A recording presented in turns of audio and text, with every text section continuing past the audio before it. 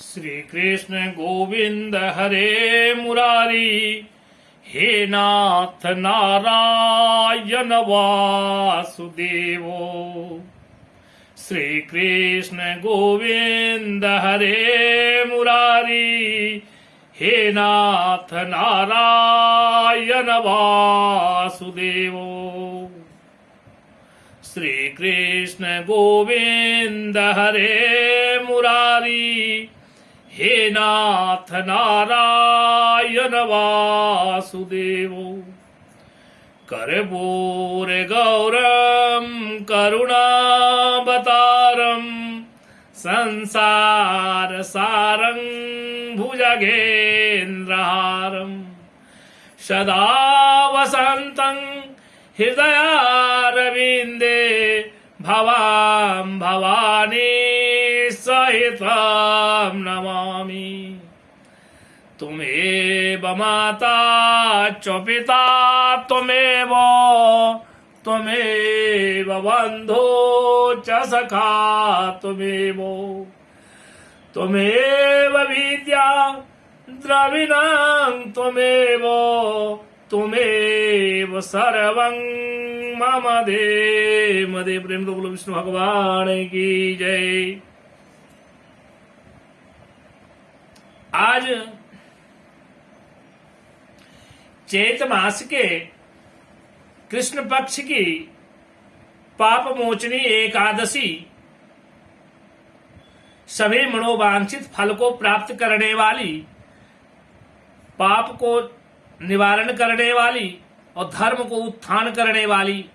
प्रेम से बोलो पाप मोचनी एकादशी की जय। बोलो विष्णु भगवान की जय। युधिष्ठिर ने पूछा कि भगवान फागुन कृष्ण पक्ष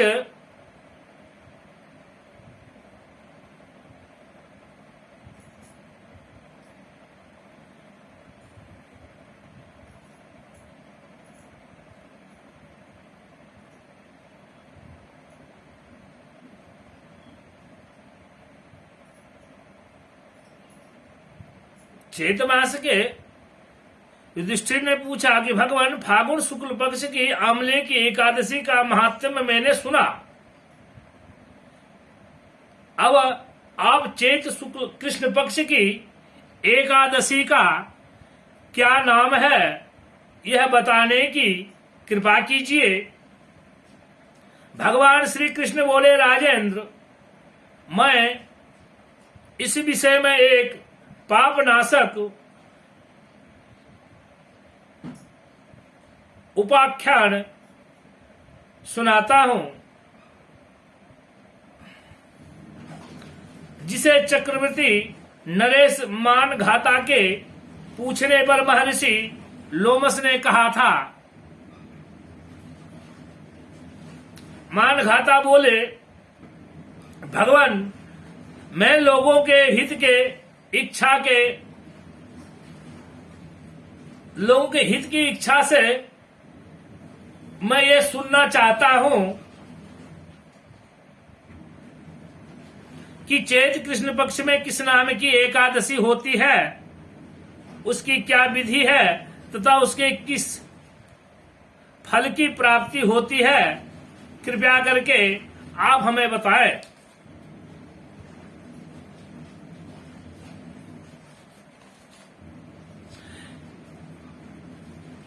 आप कृपा करके बताइए। भगवान श्री लोमस जी ने कहा, नृपश्रेष्ठ, पूर्व काल की बात है। अप्सराओं से सेवित चैत रथ नामक वन में, जहां गंधर्वों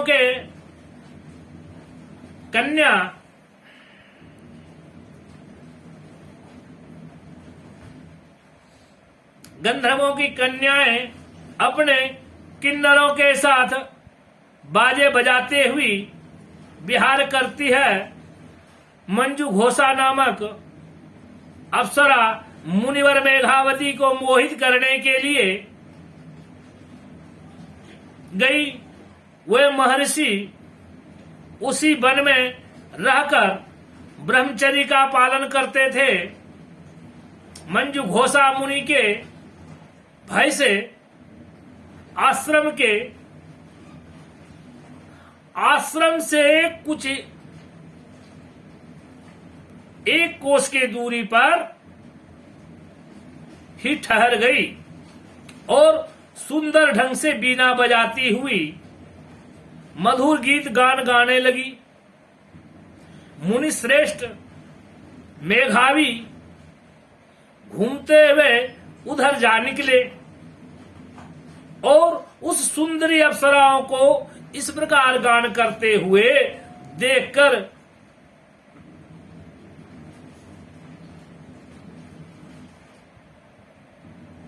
सेना सहित कामदेव से परास्त होकर बरबस मोह में बसीभूत हो गए। मुनि की ऐसी अवस्था देखकर मंजू घोषा उनके समीप आ गई और वीणा नीचे रखकर उनका आलिंगन करने लगी। मेघावी भी उनके साथ रमण करने लगी। काम बस रमण करते हुए उन्हें रात और दिन का भी भान न रहा। इस प्रकार मुनि जनों चित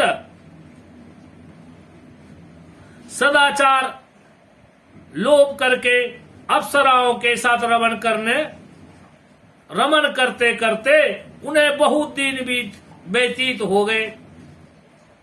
मंजू घोषा देवलोक में जाने को तैयार हुई। जाते समय उसने मुनि श्रेष्ठ मेघावी से कहा, ब्राह्मण, अब मुझे अपने देश जाने की आज्ञा दीजिए।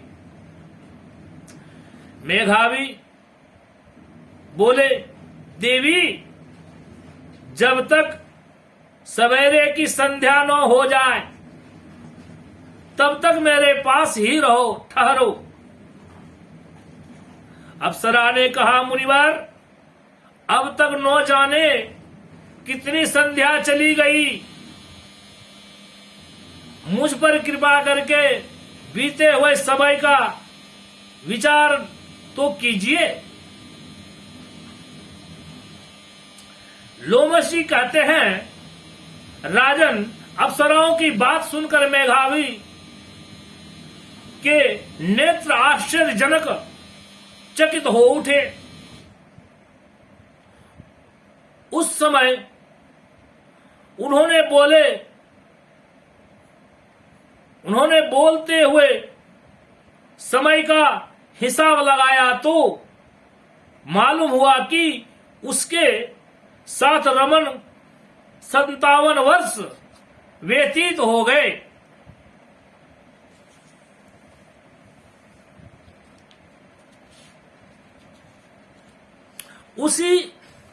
उसे अपनी तपस्या का विनाश जानकर, विनाशकारी करने वाली जानकर मुनि को अप्सरा बड़ा क्रोध हुआ।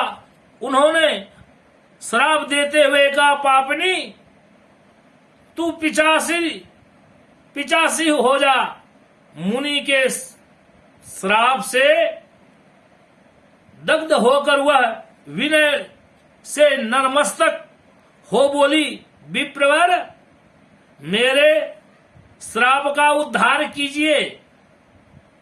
7 वाक्य बोलने या 7 पद साथ साथ चलने से मात्र ही में सत्य पुरुषों के साथ मैत्री हो जाती है। ब्राह्मण, मैंने तो आपके साथ अनेक वर्षों व्यतीत किए हैं, अतः स्वामिन मुझ पर कृपा कीजिए। मुनि बोले, भद्रे, मेरी बात सुनो।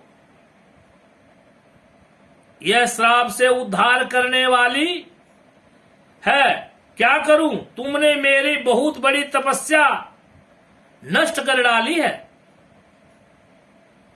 चेत कृष्ण पक्ष में जो शुभ एकादशी आती है उसका नाम है पाप मोचनी एकादशी। वह सब पापों को क्षय कर डालती है। सुंदरी, उसी का व्रत करने पर तुम्हारे पिशाच तत्व दूर होगी। ऐसा कहकर मेघावी अपने पिता मुनिवर च्यवन के आश्रम पर गए। उन्होंने आया देखकर च्यवन ने पूछा, बेटा यह कन्या, बेटा यह क्या हो गया? बेटा यह क्या किया? तुमने तो अपने पुण्य का नाश कर डाला है। मेघावी बोले, पिताजी मैंने अप्सराओं के साथ रमन करने का पातक किया है। कोई ऐसा आश्चर्य चित बताए जिससे पाप नाशक, पाप का नाश हो जाए। च्यवन जी ने कहा, बेटा चैत्र कृष्ण पक्ष में जो पाप मोचनी एकादशी है, पाप मोचनी एकादशी होती है, उसका व्रत करने पर पाप राशि का विनाश हो जाता है। पिता का यह कथन सुनकर मेघावी ने उस व्रत का अनुष्ठान किया जिससे उसका पाप नष्ट हो गया और वे पुनः तपस्या से परिपूर्ण हो गए। इसी प्रकार मंजू घोषा ने भी इस उत्तम व्रत का पालन किया। पाप मोचनी का व्रत करने के कारण पिशाच योनि मुक्त हुई और दिव्य रूप धारिणी श्रेष्ठ अप्सरा होकर स्वर्गलोक को चली गई।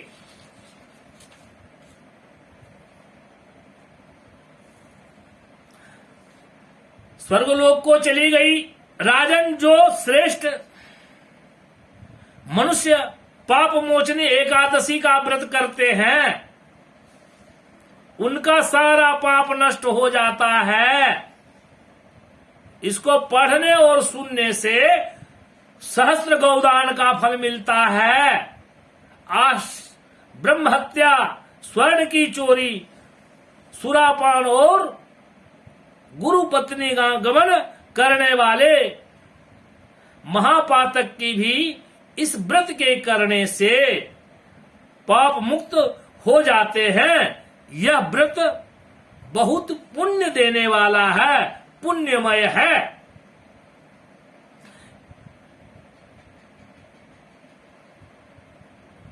युधिष्ठिर ने पूछा, वासुदेव आपको मेरा बारंबार नमस्कार है। अब मेरे सामने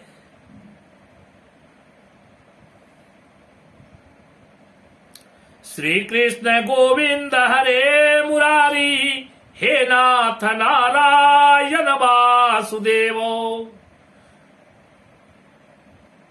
सर्वे भवन्तु सुखिनः, सर्वे सन्तु निरामया, सर्वे भद्राणि पश्यन्तु, मा कश्चित् दुःखभाग् भवेत्।